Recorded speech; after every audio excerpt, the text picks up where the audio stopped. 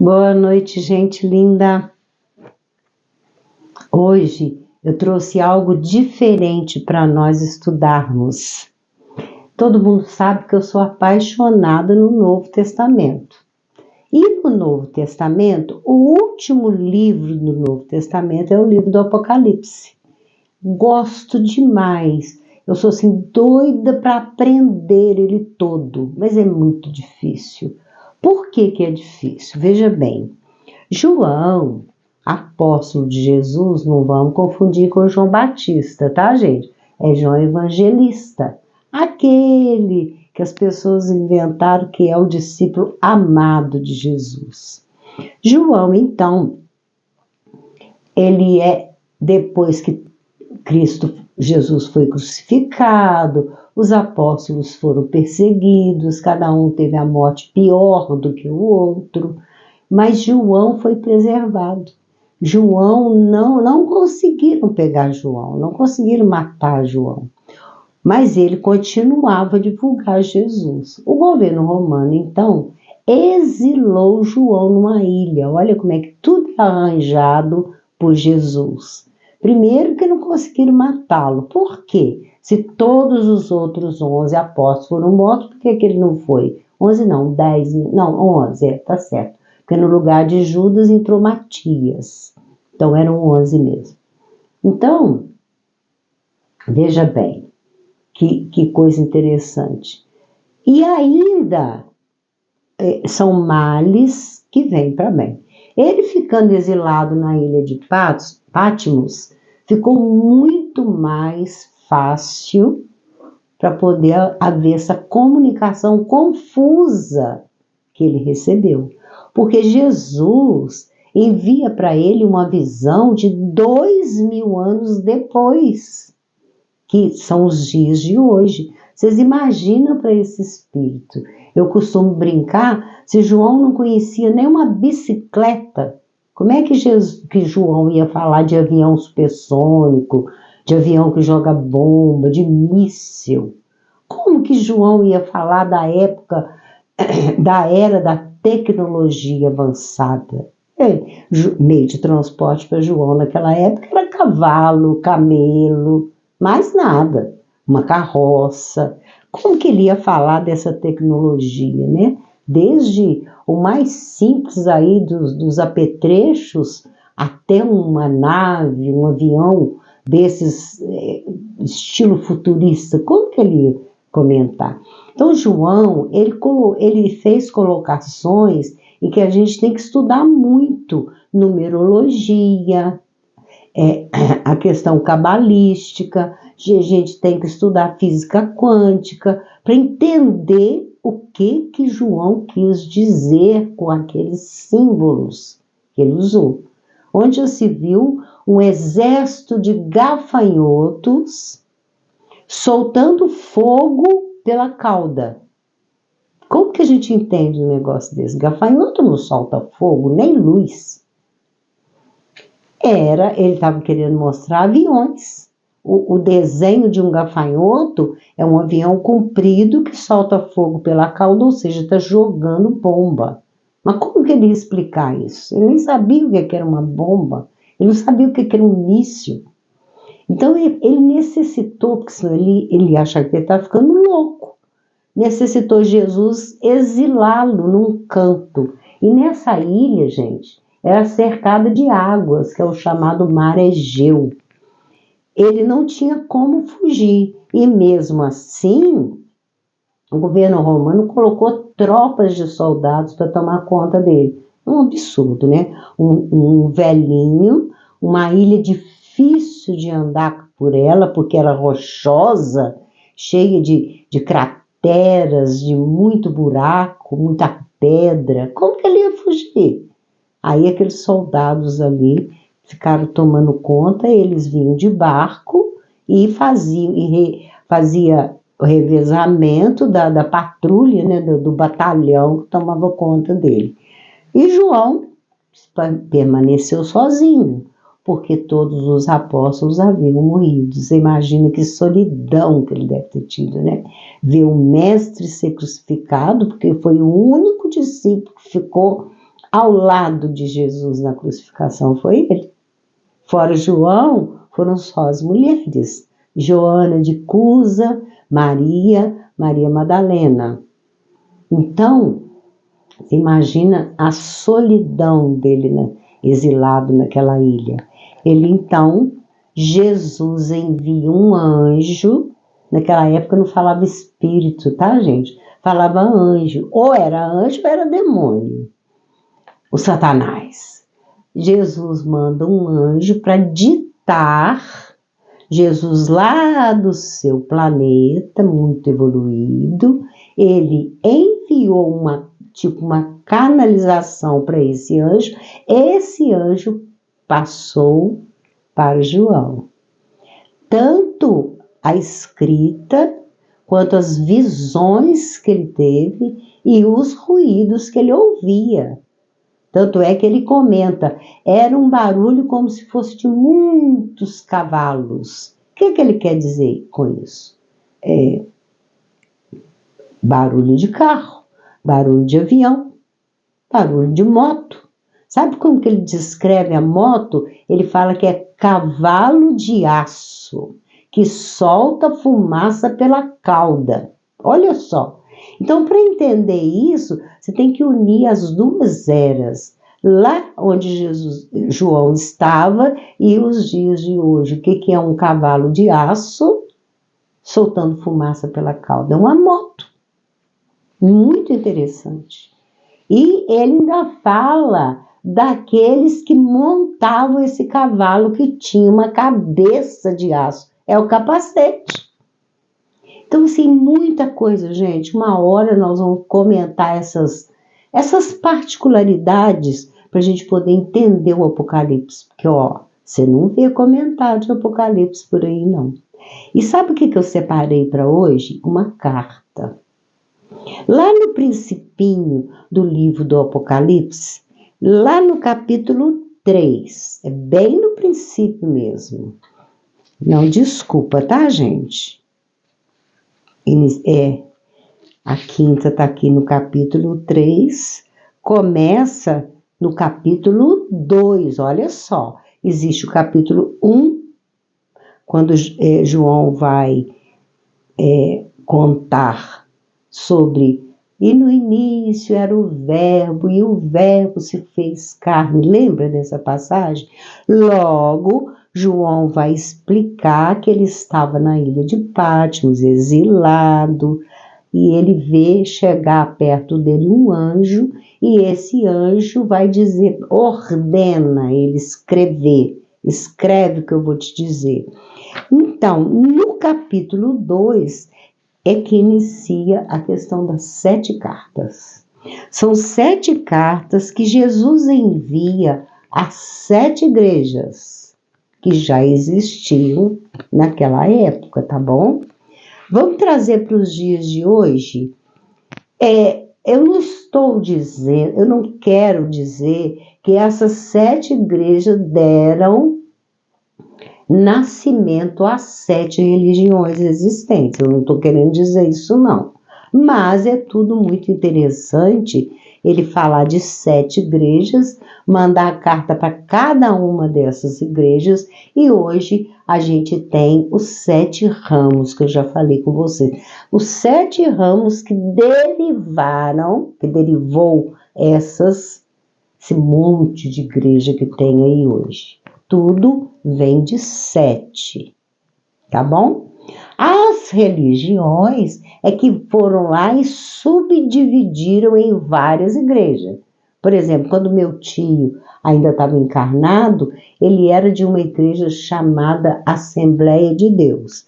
E ele me contou uma vez que ele conversava muito comigo, apesar de eu ser espírita, ele me contava as coisas da igreja. Ele era um tesoureiro de uma das igrejas, muito pequenina, na cidade pequenina onde a gente morava. Então ele me contava essas coisas, e ele me contou horrorizado da briga que houve da igreja evangélica Assembleia de Deus, de um lugar chamado Cascadura, contra a igreja Assembleia de Deus da cidade chamada Madureira. E as duas viraram inimigas, uma foi para um lado, outra foi para o outro, e cada uma por causa de dissensão, e por causa de coisa boba que vocês não... Eu não vou comentar, porque isso não é o assunto de hoje. Mas ele ficou tão aborrecido que vocês acreditam que daí a 15 dias meu tio teve um infarto fulminante. Em cima da bicicletinha dele, que ele era pedreiro, ele caiu para o lado, a bicicleta caiu para o outro, ele desencarnou subitamente.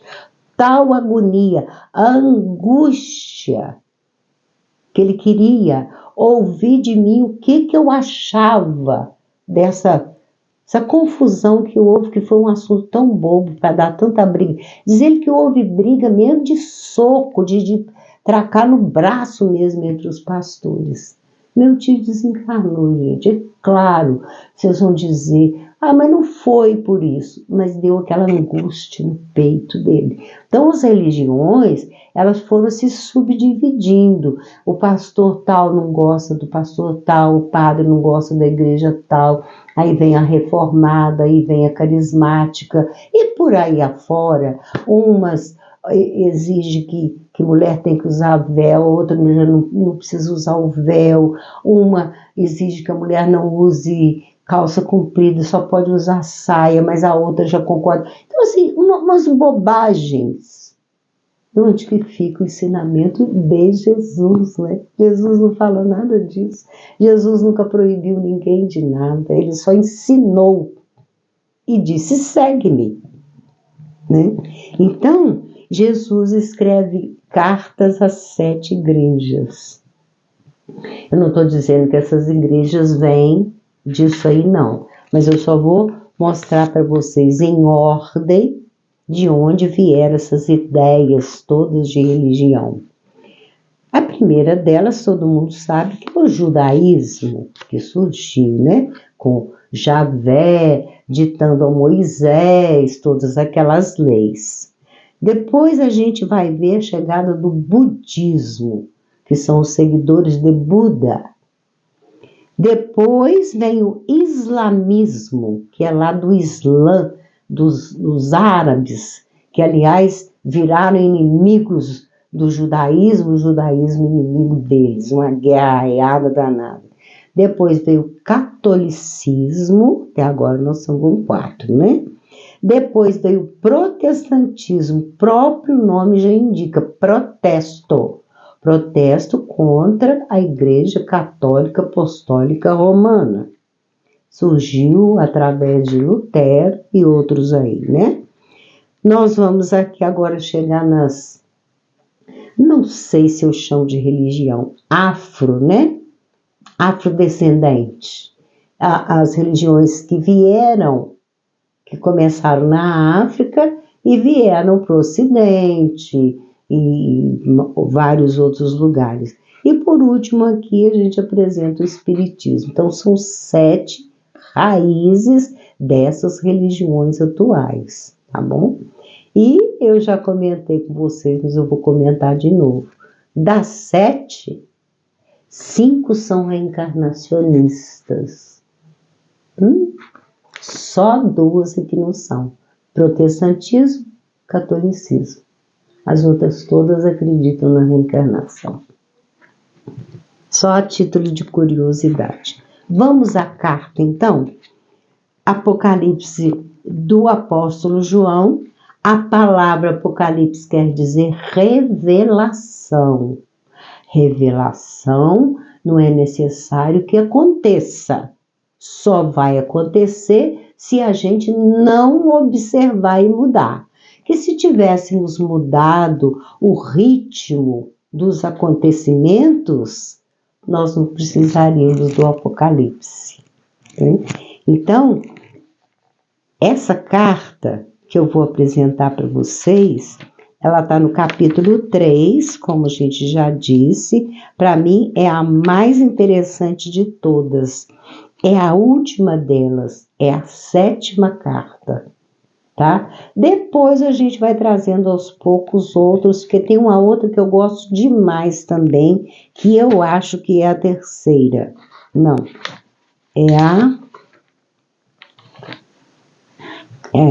é a sexta, mas eu vou começar com a sétima, que é o que eu mais gosto.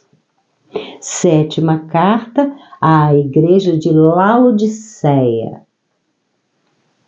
Está no capítulo 3, do versículo 14 até o versículo 22.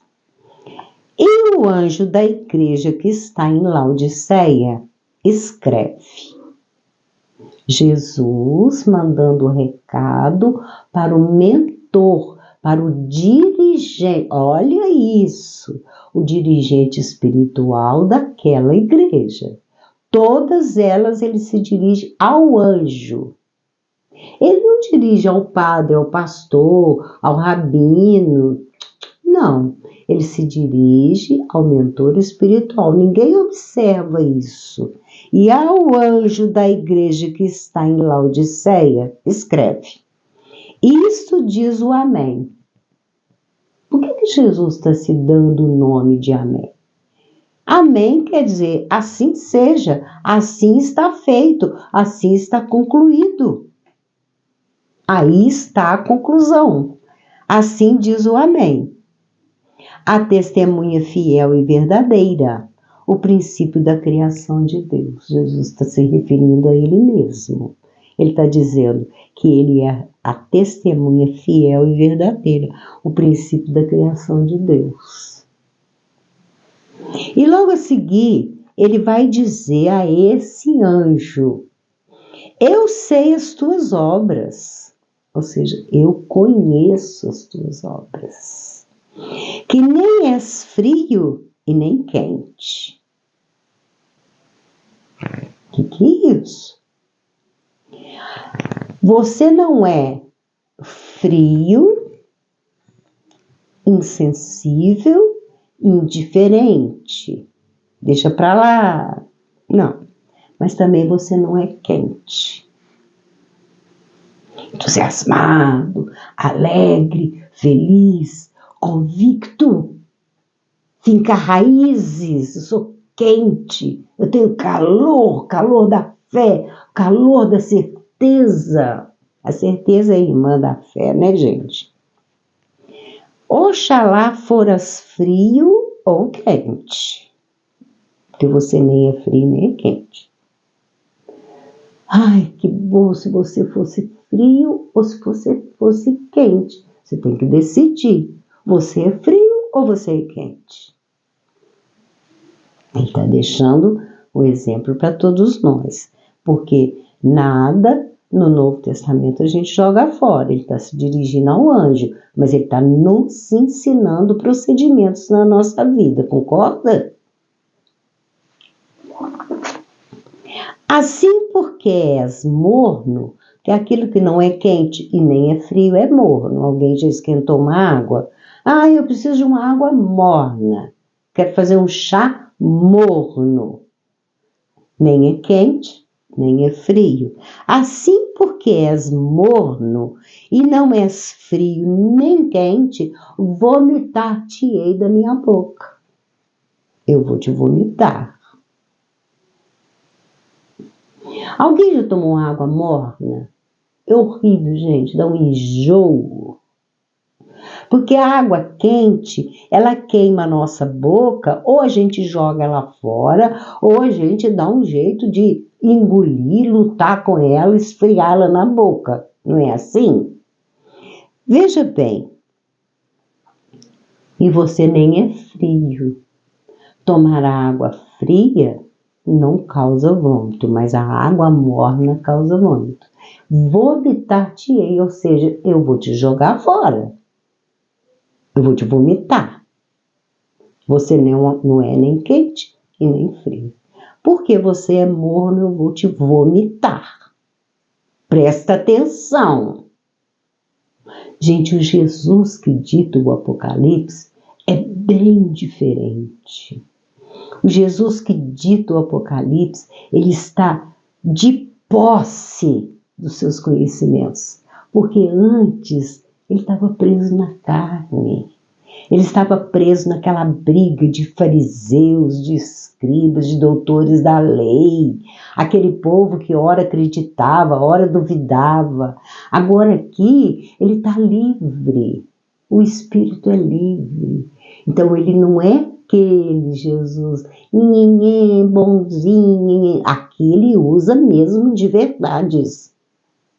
Não que antes não fosse verdade, tá, gente? Só que ele era aquele jeitinho, né, para conquistar, né? Chorava muito quando ele viu Lázaro morto, e ele se entristecia com as coisas que ele ouvia, e ele ficava chateado e aborrecido com aqueles escribas e fariseus abusando, né, dos ensinamentos, desacreditando das coisas que ele fazia, falando que ele era um feiticeiro, que ele era um bruxo.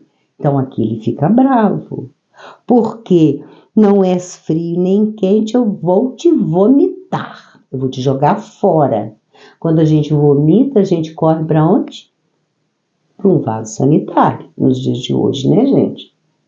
E ainda dá descarga. Vou te vomitar. Como dizes,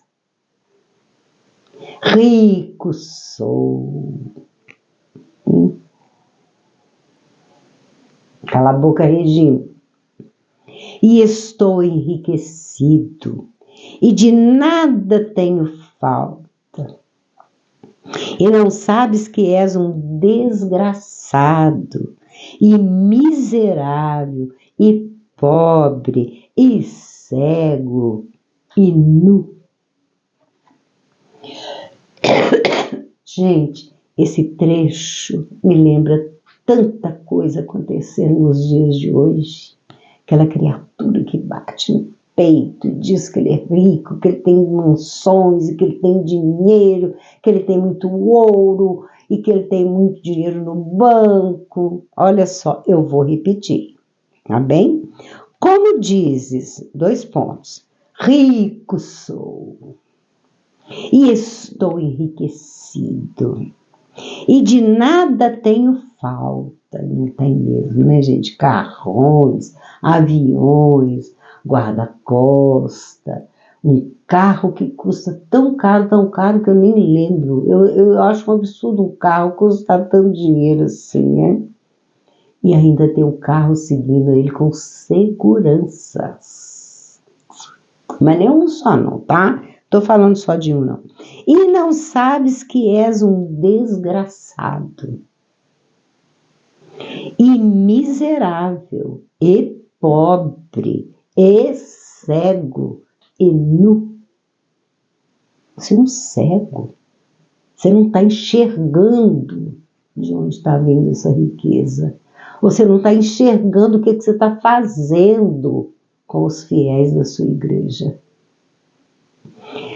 E nu. O que ele quer dizer com nu? Você não tem nada. Os bens são passageiros. Eu já disse e vou repetir. Nós aqui somos usufrutuários. Esse casaco não é meu, a joia não é minha, se bem que eu não uso essas coisas, não. Esse óculos não é meu, essa casa enorme que eu vivo não é minha. Não é. Os filhos não são meus, marido não é meu. Quem é o homem dizer que a mulher é dele, não é. Nós somos usufrutuários, nós estamos usando, mas é passageiro.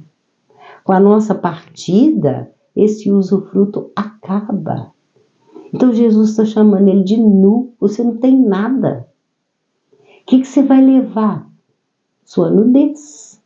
O que você vai levar para o reino de Deus? A sua nudez, você está nu. Muito, muito bom, né?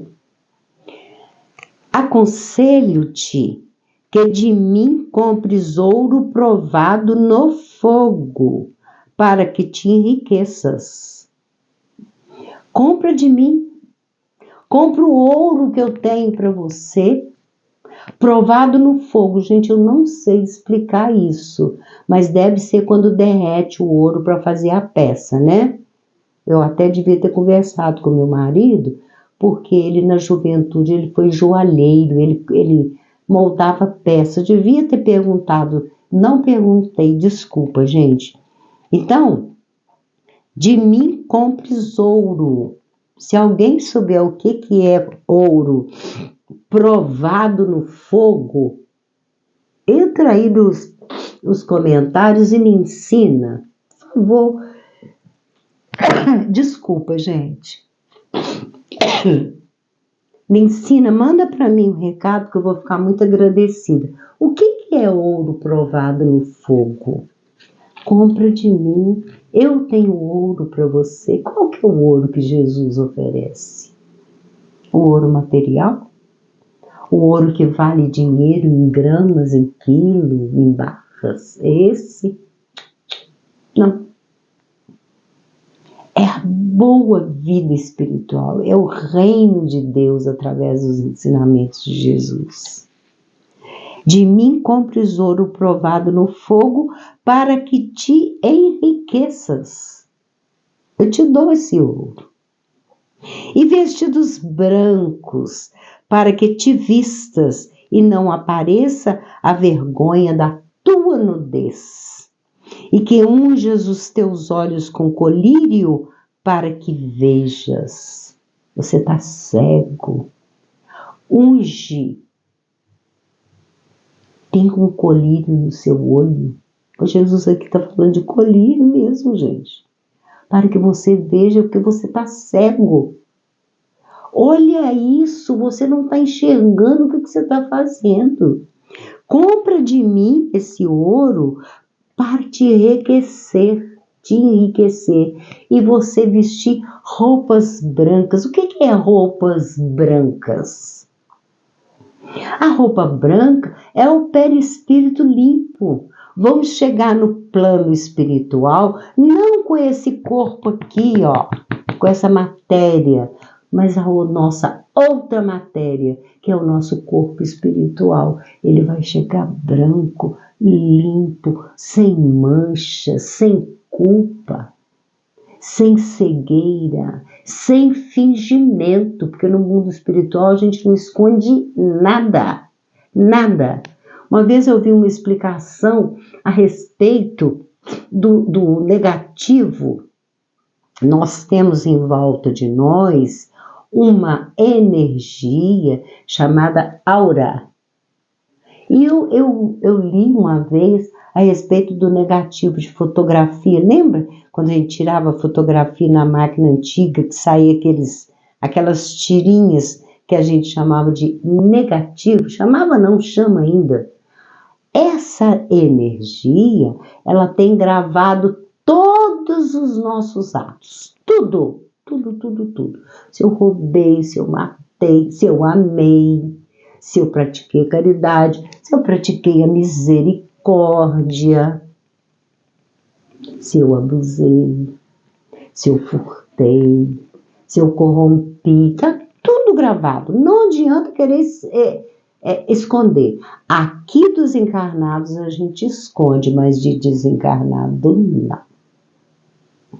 Eu trabalhava numa reunião mediúnica e chegou um espírito muito enraivecido. A gente ajudava muitos esses espíritos perdidos na maldade, na crueldade.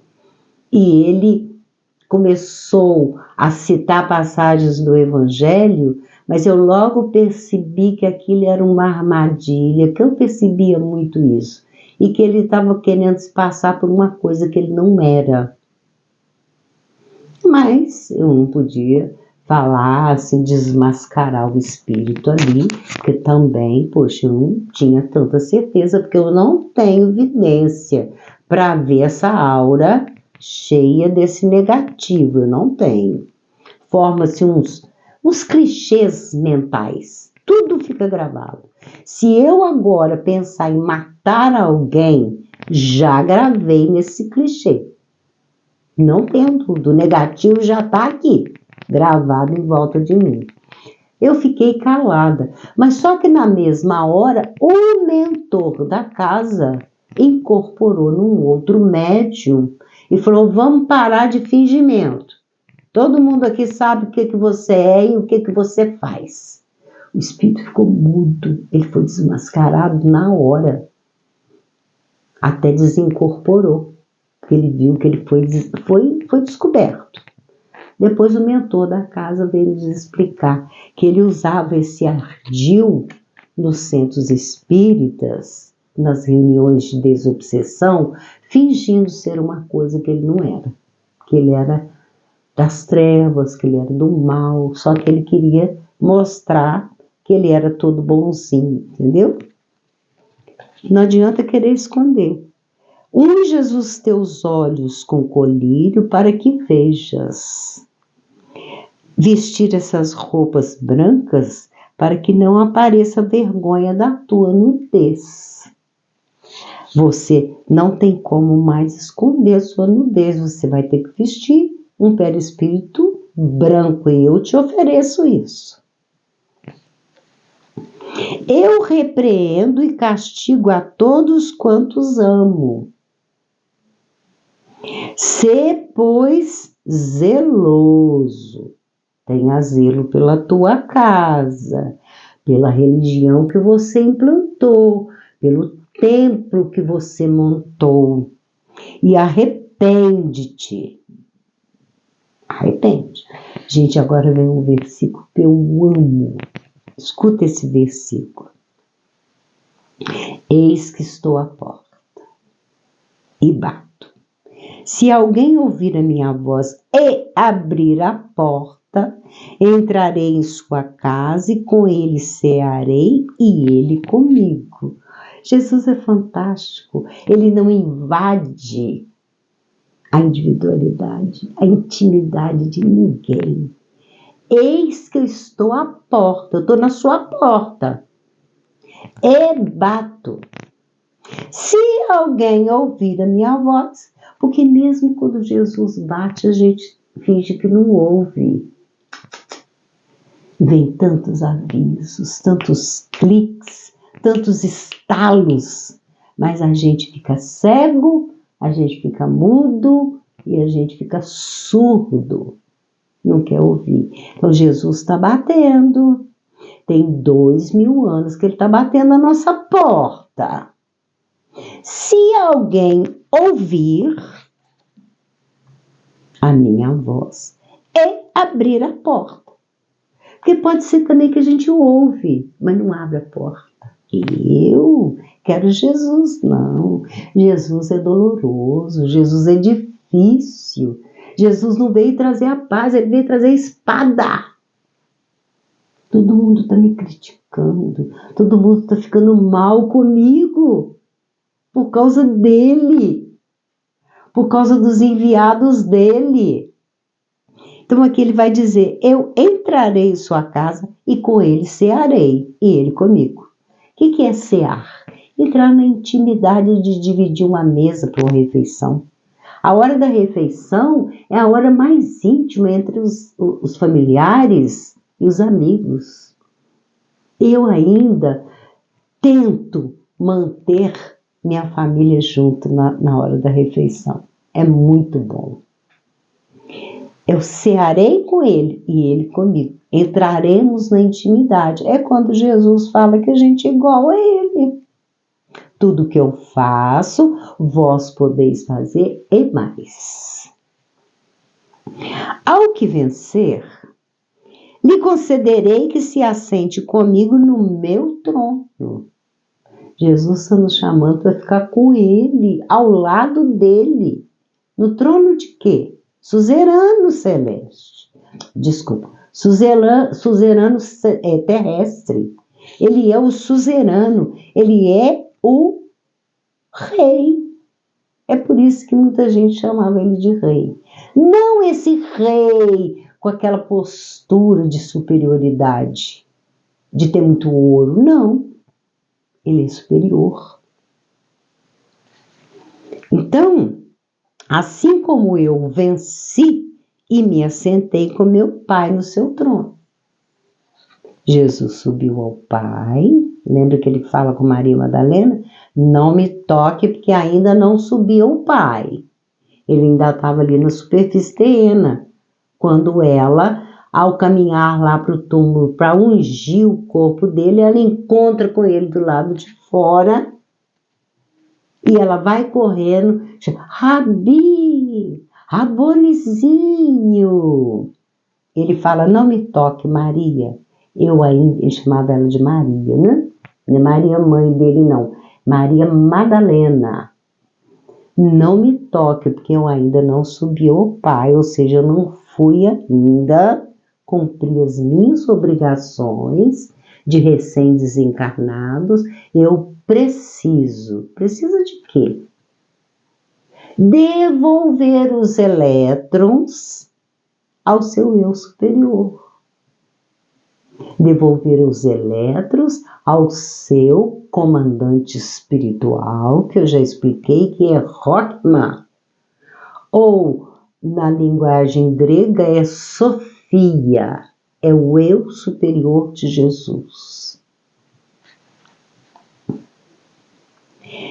Quem tem ouvidos de ouvir, ouça o que o Espírito diz às igrejas. Só quem tem ouvidos de ouvir para entender uma coisa dessa. Um tesouro que nós temos na mão, chamado Novo Testamento. Pode até tirar esses salmos daqui, tá? Tem nada a ver com salmo, não. É o Novo Testamento. Só Jesus. Só Jesus. Para mim, que eu quero estudar. Paulo não. Já li tudo, já estudei as cartas de Paulo, são bonitas, são fantásticas. Mas Paulo deturpou muitos ensinos de Jesus. Tanto é que a Igreja Católica é muito mais paulina do que de Jesus. Pode observar. Mas não é esse o assunto de hoje. Fica aí, então, a 7ª carta à igreja de Laodiceia, que está contida no livro do Apocalipse, capítulo 3, do versículo 14 ao versículo 22. Vamos à nossa frase. Vou trazer outras cartas, pode esperar, e outras passagens do Apocalipse também. O último capítulo é maravilhoso, é belíssimo. Mas, se soubesses o que significa misericórdia, quero, e não sacrifício, não condenarias os inocentes. Sacrifica, não. Presta atenção se você não está sendo cego, surdo, mudo e nu, porque você não é rico. Você está se apresentando como uma criatura forte que domina os fracos, porque os inocentes são fracos. Mas cuidado, porque você está nu. Vai branquear sua vestimenta, vai branquear o seu perispírito. Cuidado, muito cuidado. Cuidado com julgamentos, cuidado com torturas, muito cuidado com sacrifício, muito cuidado em levar uma criatura ao cativeiro e judiar dela. Aquela criatura inocente que te acompanha, muitas vezes por uma bala, por um brinquedo, por uma fala mansa. Muito cuidado. Olha o que Jesus está dizendo. Se você soubesse que é misericórdia, você não iria condenar os inocentes. Você condena os inocentes porque você não sabe o que é misericórdia. Aprende misericórdia. O que é? Vai lá procurar. Procura no Google para ver o que é misericórdia. Vocês sabiam que a Santa Casa, o famoso hospital que tem no Brasil inteiro, o nome dela era Santa Casa de Misericórdia. Você sabia que eles tiraram misericórdia? Aqui tem um prédio antigo de 16 andares, a Santa Casa. Eles pintaram, escreveram Santa Casa enorme. E Misericórdia escreveram pequenininho, mas aquilo não dá nem para ler. Porque está lá no 2º andar. A gente de cá de baixo olha para lá e a gente não lê misericórdia, a gente lê Santa Casa. Por quê? Porque a Santa Casa não tem misericórdia. Ela não aceita pobre, ela não aceita consulta aqui em Juiz de Fora, não. Ela só mesmo. Ah, pode chegar lá estropiado de ambulância, tendo um ataque que ela não aceita. Tem que passar por não sei aonde, até que a pessoa espera tanto que morre. Ela não tem misericórdia. Gente, vamos ao nosso presente. Eu amei. Isso aqui são palitos de picolé, eu coloquei uma cianinha por cima, não sei se está dando para vocês verem, tá vendo? Gente, isso aqui é aquela embalagem de comprimido aluminizada, a gente amassa com martelo, ela fica assim, olha que lindo. Isso aqui são contas que eu ganho, já falei para vocês que eu ganho um saco tão grande dessa continha, que eu uso e ela não acaba. Tá aí então, e ele é envelhecido, né, na cor cobre, tá vendo? Ficou um envelhecido, eu acho bonito. Eu gosto dessa garrafa por causa dessa cinturinha que ela tem. Tá aí então o nosso presente para você, fica a nossa oferta. Gente, é presente mesmo, eu não vendo nada não. Eu acho que vocês estão achando que vocês não estão pegando as garrafas. Eu acho que vocês estão achando que eu estou vendendo. Eu não vendo, não preciso disso não, tá? Não estou aqui condenando quem vende não, porque tem gente que precisa. Mas eu não, eu estou dando de presente para você. Vem buscar sua garrafa. É só você ligar para mim. 998370388. Toma um café comigo e escolhe a sua garrafa. Se não gostou dessa, tem centenas aí feita. Então tá aí, eu também fiz isso aqui, né? Que eu amo. Eu joguei um papel colorido e envelheci, tá vendo? Do outro lado é assim. Tá aí então o nosso presente de hoje e um presente especial. É um beijo no seu coração.